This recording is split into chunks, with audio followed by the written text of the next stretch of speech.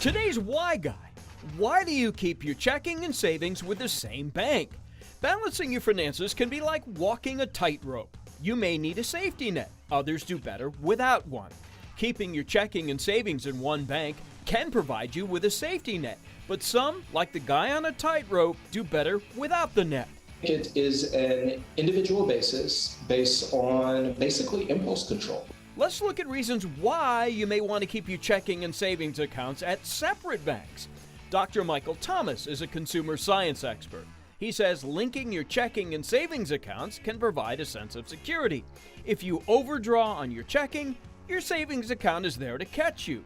But there's a downside to that. It can trigger them to feel as if, oh, I have plenty of money and I can make plenty of mistakes this month without consequence. Dr. Thomas says the impulsive spender may be better off if the two accounts are kept separate from each other. Take that savings, place it in an account that's out of sight and out of mind. Literally what happens is that if we get into a good rhythm, we kind of forget that that money's there and we learn how to operate on what we have.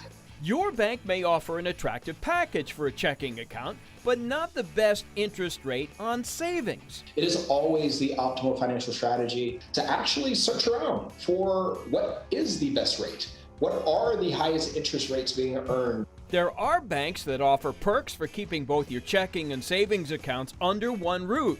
They may also waive fees and offer lower interest rates on loans as well. Okay, so all that said, if you do have a Why Guy question, reach me on my Facebook page, Walt Gray News. You can watch more Why Guy stories at abc10.com/Why Guy. Why don't you give me all of your savings and I'll make sure it gets to the right place. That's why I'm making sure that it's in a separate account so you can't see how much is in there. No, that's I never thought of it that way. That's a really good way to make sure you're not dipping into that savings when you see something special that you want to buy. Safety net, maybe not so good. Learning from the Why Guy. Thanks, Walt.